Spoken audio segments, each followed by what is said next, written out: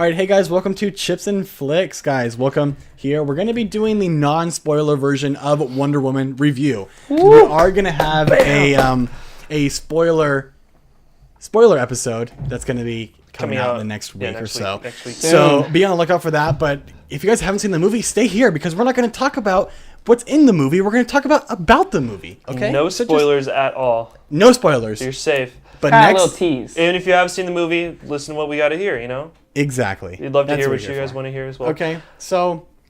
Well, overall thoughts. What do you guys think about it? Overall thoughts, Right off the bat, I think we can really take away that Gal Gadot is probably the most attractive woman in the world. She's very flat hot. out.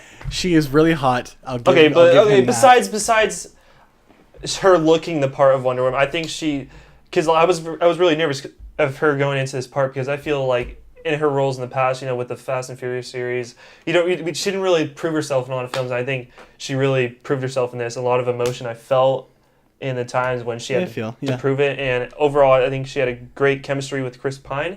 Chris Pine, yes. And, yes, they were a very cute couple. Very cute couple throughout the movie. And the romance between them is nice. And I mean, it started out like a normal superhero movie, like everybody would expect. But then it just went to a whole nother level. I mean, it's like I was sitting in the movie theater, I was like, man, this is good. And then all of a sudden it was like, man, this is good. It really shifted in a third gear. It was like crazy. And I went to the movie theaters with them, and they've already seen it. Yes. So I was seeing it the first time. They're seeing it the second time because they loved it so much. Probably see it a third this weekend. So the thing is, with I think this movie did a great job with because with origin stories, you can't. Often movies struggle with too much of exposition and stuff. And I think this movie did a good job with just getting the exposition out there and moving the plot forward. And the first half of this movie, or the first act of this movie, is in Wonder Woman's world. I don't know what it's called. Do you know? The Samasira? Something like that. Yeah, it's a name. Fantastic place. I think it did a really good job with this. Movie's very colorful. Very very great saturated. cinematography. Yeah, good if colors. I could talk about the cinematography, it was amazing. It did a great job of capturing the world, making you really feel like you're in it, and I felt like that was really good. Let's talk about Chris Pine for a second, because Chris Pine was just great. I think he added so much. He added because we're not spoiling anything, but he's sort of out of his world in the beginning, and he's not really used to what's going on. That's and I think he was really good, because then he sort of trades roles with Wonder Woman, and it's just I think it really brought a lot of comedic effects, and it really. I'd say so. They had good humor where the humor should have been. Yes, you know, he's like, oh, this could have been funny, and they made it funny. Also, no jokes really fell flat or anything. What was her secretary's name? His secretary's name. Oh my god. Oh, the British lady. Yes, the British lady. The British lady. She was funny. I think it was Etta, actually. Was it Etta? Lucy Davis. Great job out there. She did great. Yeah, she was one of the more comedic roles in there in the film to kind of give it a loose feel. And I mean, like I said, let's talk about those action sequences, because the action is phenomenal. That's what you're looking for when you go to a superhero movie. You're looking for good action, and it was. It wasn't there. It wasn't lacking anything. It was definitely there. If you're going to this movie thinking it's going to be a bunch of boring talking, no, it's not. Definitely not. And I feel like at some parts they got a little slow-mo heavy, which I don't know if I.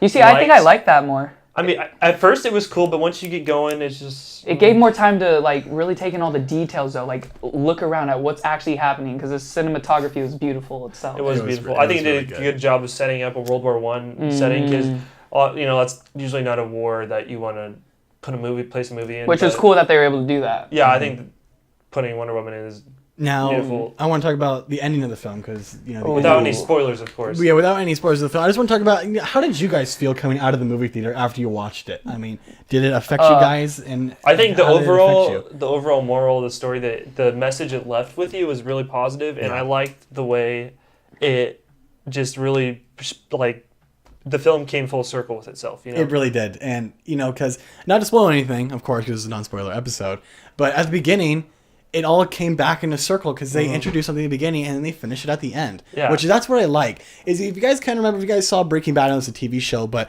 what they did is they gave a hint before the very first episode, they gave a teaser and then they went back to the beginning and played it through that. So that's kind of how Wonder Woman went, and it was. I always like when films do that because it gives you a little hint of what's going to happen next. I want to sit through this and I want to see what's going to happen when we get to the end. And obviously Justice League is next. So I think this is great setting up and leading up to that. Very excited for that. We're going to be... seeing this excited. movie makes me like this much more excited to see Justice League now because I think she is officially my favorite character in the DC universe. Yeah, Jacob loves her a lot. He is 100% a Wonder Woman fan. But let's talk about the things we didn't like so much. There are a few characters in this film that I felt were sort of unnecessary at some points. I think a little underdeveloped, and I feel like we're just in there in order to sort of get to the bigger thing. I'd say Danny Houston's character was a bit underdeveloped. Danny Houston and what's her face? Elena Ania, I believe that's her name. Ania? There's a German doctor in yes, this yes. that's involved, but I believe that But then too much backstory could have drifted away from the main I think we needed storyline. enough to really like care about on Wonder Woman's side that she had, like a reason to go for him, but obviously the war, but I feel I like them, but I feel like they could have been developed a little bit more, and overall it didn't affect how I felt about the film too much, but it did feel a little rushed at some points, but yeah. I mean, I was looking at, and we took notes on the entire thing, and because we were sitting there taking notes. And it is hard taking notes in a movie theater. Yeah, you're gonna need. I was make sure you bring a light. online. Make sure you have your phone there. Yes, and of bring a course. light. But Bring a light. I mean, when I was writing down stuff, I don't think I wrote down anything negative about this film. I mean, it was really good, all put together. The CGI and stuff. Sometimes in films, I can get out that film with the CGI. It didn't look that good. I mean, some of their fire didn't look good, and it pulled you out of the story. I mean, this CGI. I mean, you can tell they put a lot of money into this budget. Oh, obviously. It's a DC movie. Of course, they're going to put a lot of money in here. Yeah. And they got the best of the best, and it looks the best of the best. Yeah. It just looks really good. I will say that their shots are 100%. I will say that I wrote down some parts were very CGI heavy, where they didn't need to be, especially in the beginning. Some of them felt a little bit like they could have done that with real. A little overwhelming, but nothing like the Star Wars. I think it was kills. the CGI was so on par that it looked great, and it didn't really take away from it. It didn't look fake at all. I mean, it looked like. And also, let's talk about that score. That was beautiful, great music. Goodness, amazing music. Seriously, the theme. Well, yeah, when you go to a superhero movie, I mean, the it's music, the most important part, probably. Yeah, it's just great. And I think that's pretty much it for this, guys. so we go over our ratings. Our ratings? Each of us go through our ratings. Okay, here. well, I have a IMDb on here, and they gave it a. What would they give it? They gave it a. Well, IMDb doesn't really, because that's just people submitting. I'd say we stick to Rotten Tomatoes. But Rotten Tomatoes currently has a 93%. 93% on there. Dark Knight has a 94. Okay, you know what? I am going to agree with Rotten Tomatoes because I never want to put my scale too high, but this is one of the movies that if I could put it high, I would put it high, but I'm afraid to put it high because I'm afraid there's going to be another movie that's going to top it. But this movie was put together so good, and I loved the score in it. I mean, great music. I love the shot list on here. I love the characters, and I was totally drawn into it. And I'm going to give it a 93 as Rotten Tomatoes did. Hunter? Okay.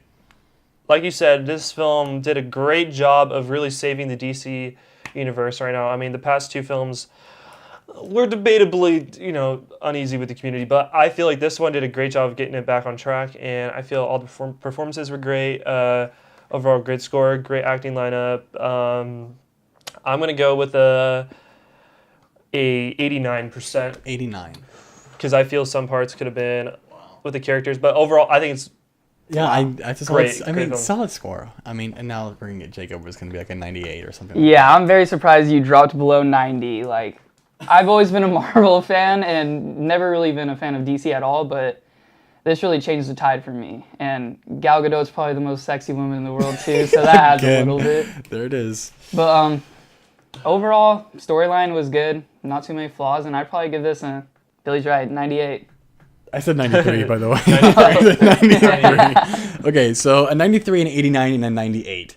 Which 98 is a little too high, I think, for this movie. That's like, I don't think any movie is ever going to hit 98 in my life. New Hope? Except, I don't know what movie would ever hit that. Maybe right here. I don't know, maybe. I don't know, probably Okay. not. Well, I hope you guys enjoyed this non-spoiler-free version. It was non-spoiler version. Look forward to the spoiler version that's coming up. Yeah, it's coming up next week. So, guys, go out and see this movie. I mean, they did a great job. Go, contribute your $11 to go see this movie because you're going to help them out. So, yeah, look forward to that guys. spoiler review, and we'll have more reviews coming with more releases coming out this summer, and it's going to be great. So make sure you stay subscribed. Yeah, thank you guys. Stay tuned. Leave a like if you want to, but if you don't want to, it's all okay. All right, see you guys later.